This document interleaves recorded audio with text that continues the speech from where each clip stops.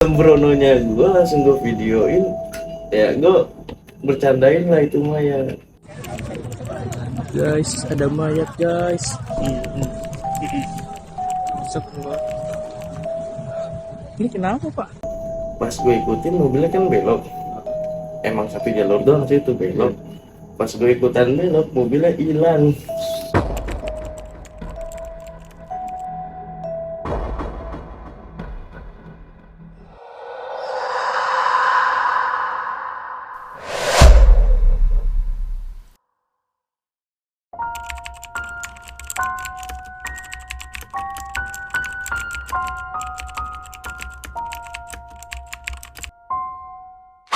Balik lagi di channel Cerita Hororku bersama gue Ardan yang selalu memberikan cerita-cerita horor dari kisah nyata seseorang.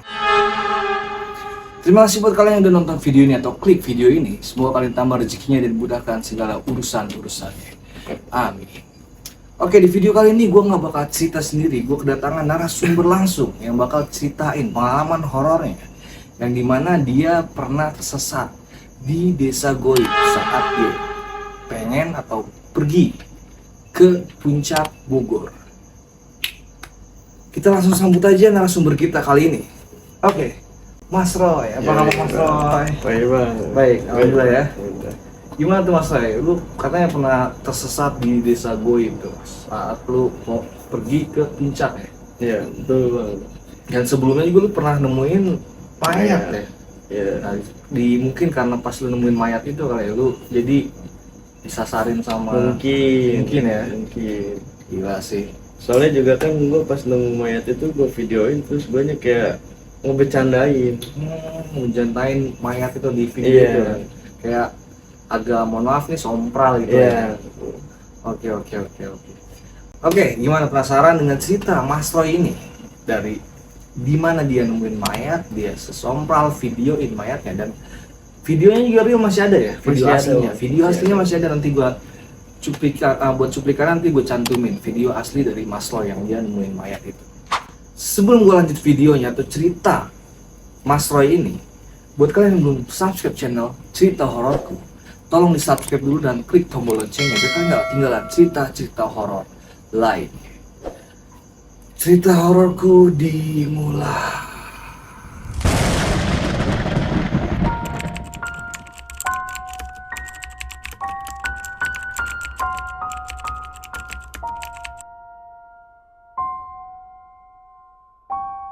Jadi gimana Mas Roy nih, pengalaman lu tolong langsung ceritain aja nih ke subscriber Cerita Hororku. Ini spesial atau eksklusif untuk merayakan 1000 jam tayang pertama di channel Cerita Hororku. Terima kasih banyak yang udah selalu support channel Cerita Hororku.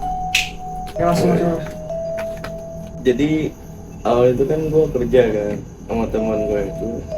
Jadi gue kerjanya itu di bank, adalah suatu bank, cuman gue di bagian IT supportnya gitu kan. Jadi kayak ngebenerin elektronik kayak komputer, Iya.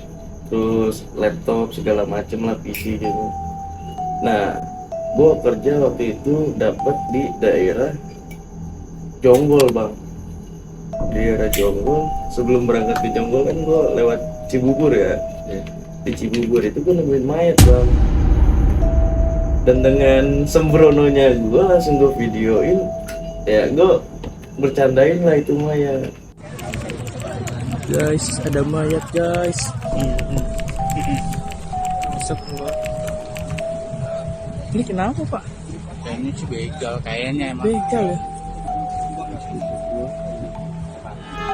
Lepas dari situ gue jalan kayak nggak ada apa-apaan, cuman hidung gue tuh masih nyium bau mayat itu loh, tapi nggak kayak bau amis itu. Bau amis darah. Jadi ngikut bau amisnya itu. Gue pikir kayak cuman sugesti gue doang gitu kan. Gue merinding, sumpah masih merinding gue. Itu terus Gue masih nyium, gue kira cuman gue doang gitu kan. Pas gue tanya temen gue, ternyata temen gue juga nyium bau itu, bau amis itu. bau amis darah itu. Berarti nggak cuma lu aja tuh yang nyium. Iya benar. Jadi kayak ada yang ikut loh, cuman gue nggak ngerti, cuman gue pikiran kayak ya udahlah, mau itu doang. Terus selesai gue kerja, kelar jam sekitaran jam setengah 3 di Jonggol tuh. Dari Jonggol kan masih setengah 3, gue pikir kayak masih terlalu sore untuk pulang Iya. gitu kan, namanya masih muda kan. Gue waktu itu mutusin sama teman gue buat pergi dulu ke puncak, cuman lewat dari Jonggol itu. Dan pas masuk ke jalan-jalan kecil itu, gue salah belok bang. Berarti Harus lu nggak lewat jalan utama yang biasa? Enggak. Oh, lewat belakang. lewat puncak belakang itu ya? muter gue. Oke, oke. Jadi gue harusnya belok ke kiri, ini gue ambil ke kanan, masuk ke perkampungan gitu bang. Iya. Nah dari situ kan masih sekitaran jam 3-an lah itu di situ tuh, kan macet kan, sampai situ jam setengah 3, itu belum nyampe puncak bang, masih kayak gunung-gunung gitu kan. Gue lewatin, awalnya masih rame gitu kan, rame. Gue singkat cerita, gerimis bang, gerimis. Temen gue kedinginan gitu kan. Jalanannya juga apa ya, jalanannya kirinya itu kayak tebing gitu, curam ke bawah. Nah yang kanannya itu tebing ke atas. Oh ya, udah kayak hutan gitu ya? Yes, tapi di situ masih cukup lah buat kayak satu mobil gitu. Oh, iya. Cuman satu arah doang, udah nggak Iya. bisa. Kalau dua arah mobil kayak gitu udah nggak bisa. Jadi saat itu gue jalan sore, temen gue kedinginan bang. Karena udah sore gitu kan, terus gerimis, hujan tapi nggak yang terlalu gede hujannya gitu. Iya. Terus berkabut kondisinya kan. Kondisi kabut. Temen gue kedinginan, gue bilang oh ya udah berhenti dulu, gantian gue yang bawa kan, kita tetap masih kedinginan. Ya udah akhirnya gue nyari kayak warung-warung gitu, cuman nggak ada bang, Nggak ada. nggak ada. Akhirnya gue ketemu kayak gubuk kecil, kayak tempat petani gitu. Nah di situ ada ibu-ibu, emang dia kayak tinggal di situ gitu bang. Terus akhirnya gue minta air panas buat ngangetin badan gitu kan. Gue minta air panas, sama teman gue dia ambil air panasnya, sama dia bukan diminum bang, dia cuci tangan, dia kemukain air panas baru masih ngebul itu.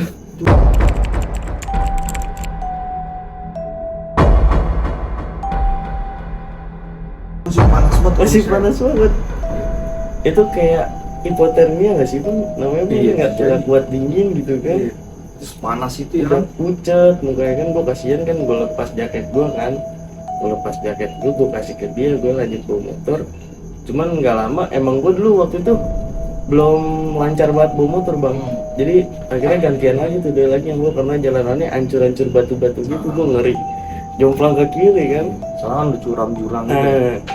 Nah pas gantian bawa motor, biar nggak gabut-gabut banget, gue ceritain ini, cerita ke dia tuh yang tentang kakek desa penari itu, tau gak sih? Oh iya. Nah gue cerita-cerita itu juga, kayak maksud gue, pikir gue biar nggak jenuh lah di jalan Iya, gitu kan. soalnya lu Jadi belum nemuin jalan raya besar.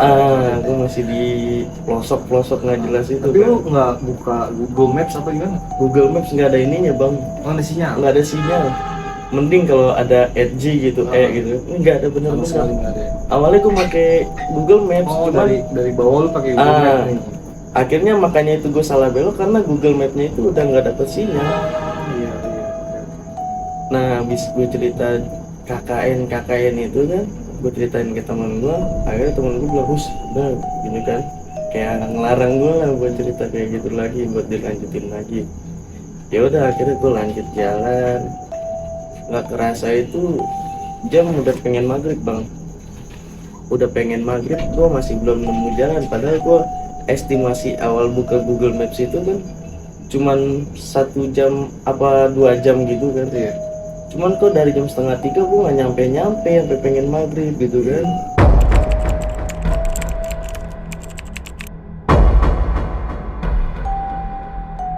Nah habis itu gue apa namanya, kayak masih ngikutin jalan. Teman gue di situ udah nggak banyak ngomong bang, udah diem aja, udah diem aja. Mungkin karena kedinginan kan, pikir gue nggak macam-macam kan. Iya.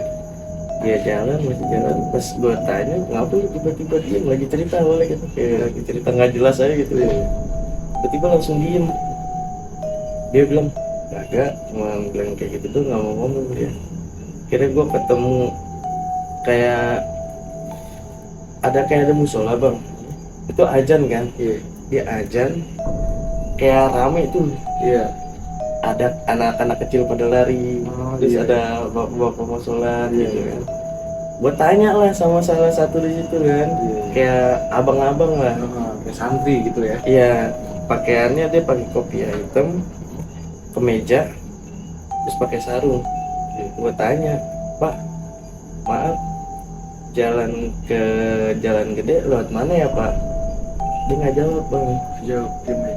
Mungkin gue pikir kayak, dia nggak tahu kali jalan gede. Coba langsung aja gue ke intinya, bang arah ke puncak kemana ya bang? Tetap aja bang nggak jawab bang. Nggak jawab, itu kondisinya azan maghrib. Pas dia nggak jawab, ya udah kan gue jalan kan, karena ya mungkin tinggal ngikutin jalan doang, makanya dia nggak mau jawab kan. Iya. Gue ikutin jalan, gue ketemu kayak rumah-rumah. Jadi di tengah jalan, di sini udah ada kayak agak lebar bang. Iya, Jadi di kirinya ada perumahan gitu. Rumahnya itu kayak bukan dari kayu-kayu lagi, emang tembok gitu. Tembok ya, buat tembok kiri kanan kisaran ada berapa rumah, 8 rumah apa 9 rumah gitu, kiri kanan. Cuman lampunya nggak ada yang nyala bang, Mati semua. mati semua lampu bang. Kondisi itu lu sampai situ udah maghrib. Udah maghrib, Udah maghrib, pas ya? lagi maghrib Pas itu, pas banget maghrib. Gue pikir kok ini rumah udah maghrib kok nggak nyalain lampu gitu kan. Kenapa ini ya? Jadi cuman gue pikir kayak, ya udahlah, mungkin kayak emang udah tradisinya kayak gitu kan, apa Iya. gimana kan. Ya udah gue ngambil pusing dong. Iya. Gue masih ikutin jalan. Lama-lama jalannya makin kecil bang, Kecil. makin kecil, cuma muat satu motor. Ngikutin jalan itu agak ke depan itu dia jalannya agak ngelebar lagi gitu loh. Iya, iya. Nah tiba-tiba ada mobil kan, ada mobil bak terbuka kayak gitu. Dia kayak bawa sayur ditutup terpal, mobilnya warna hitam. Pas banget jalan pengen belok begini, Iya. nanjak belok begini kan. Iya. Jadi atas ini tebing, ke atas bawahnya udah jurang. Iya. Gue ikutin dari jaraknya lumayan jauh, jarak lumayan jauh. Gue ikutin, gue pikir alhamdulillah ada mobil gitu Iya. kan. Pas gue ikutin mobilnya kan belok, emang satu jalur doang sih itu belok.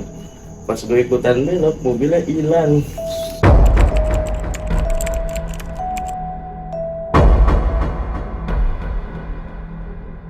Kalau lu istilahnya nggak terlalu jauh lah mobil itu. Nggak terlalu jauh, masih kelihatan gitu. Cuman Ah. pas belok, gua ngikut belok, mobil udah nggak ada. Nggak ada. Dan di situ emang udah nggak ada jalan lagi selain jalan Jalan itu. kan. Ya kali dia bisa belok kemana anjir, itu cuma jalan satu jalan kayak Iya, gitu. kiri kanan udah tebing ya. Iya. Terus yaudah akhirnya gua ikutin jalan lagi. Sampailah tuh ceritanya di warung. Warung ada Pertamina gitu. Iya. Di warung gue isi bensin kan, duit gue cuman bawa seadanya doang, gue pikir cukup Iya. gitu kan. Gue beli bensin seliter apa 2 liter gitu waktu itu. Gue lanjut jalan nyampe puncak. Karena nyampe puncak itu jam 7 bang, jam 7 malam bang, dari jam setengah 3. Jadi Malam itu akhirnya kondisi juga nggak macet kan? nggak macet, nggak ada macetnya. Emang gue muter-muter di gunung itu, gue nggak tahu nama jalannya apa gitu. Emang nggak ketahuan juga kan di maps juga kan mati mapsnya itu, nggak ada sinyal. Kira pas udah nyampe puncak kayak kan udah lega lah gitu kan. Temen gue cerita bang, dia ngeliat pas, jadi pas kita lagi ngobrol tiba-tiba dia diem. Makanya dia nggak mau cerita karena dia katanya ngeliat nenek-nenek bang.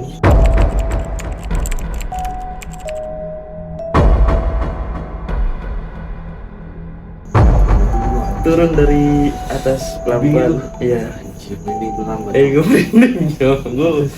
Gue ngeri juga bang. Cuman gue pikir kayak anjir, untung bukan gue yang ngeliat cuy. Kalau gue ngeliat kan gue orangnya parnoan. Gue takut gue begitu. Cuman sebelum itu kan emang nggak gue ambil pusing. Terus gue tanya kan temen gue kayak, lu tadi pas sebelum berangkat ke sana lu masih nyium bau mayat yang tadi ya?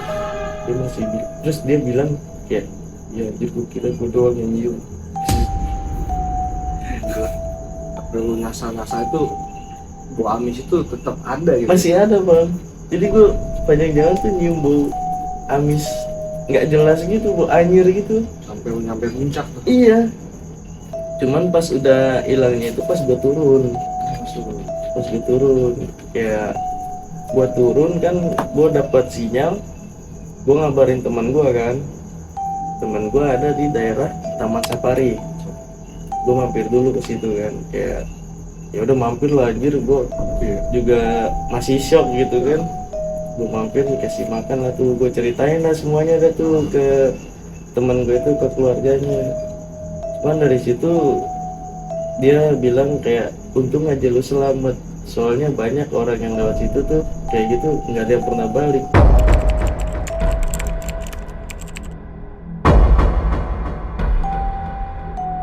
Berarti emang angker bang situ bang? Iya, dan itu juga jalur nggak ada di maps ya. Nggak ada. Dan lu juga baru pertama kali ngelakuin Baru jalur pertama kali lewat situ. itu. Mapsnya ke arah kiri harusnya kan, cuman sinyalnya nggak jelas gitu kan, jadi nggak ada jalurnya gitu, jalurnya tiba-tiba hilang. Nah gue ikutin jalan yang paling gampang menurut gue kan, yang lewat kanan, taunya itu malah yang salah. Dari rumah temen gue itu kan gue makan, gue cerita, dia bilang kayak tadi itu, akhirnya gue dikasih tahu kayak amalan gitu bang, kayak baca doa, terus sama dikasih, waktu itu dikasih kayak kertas, bukan kertas, kain, kain warnanya hitam. Nah suruh disimpan aja, cuman gue udah nggak nyimpen lagi. Ada bacaan-bacaan gitu ya? Ya Arab-Arab benar, ya? bacaan Arab Arab gitu. dulu. Iya, kata sih buat ya tolak bala lah. Cuman gue pikir kayak ya udah pemberian, ya udahlah gue simpen lah, gue hargain gitu kan. Meskipun gue nggak terlalu percaya sama kayak gituan kan. Akhirnya pas itu gue didoain, akhirnya gue udah nggak nyium bau amistar itu bang. Sampai pulang selamat. Lu bisa selamat ya? Alhamdulillah bang, soalnya dia bilang katanya kalau ada yang pernah yang kayak gitu nggak bisa balik lagi bang. Udah tuh dia tinggal di desa itu yang pertama kali gue ngeliat. Mungkin Itu desa goibnya kali ya. mungkin Gila sih, itu desa goib. Lu sampai mau ke puncak nyasar ke desa goib, tuh bayangin. gitu. Parah sih itu bang. Gimana ya?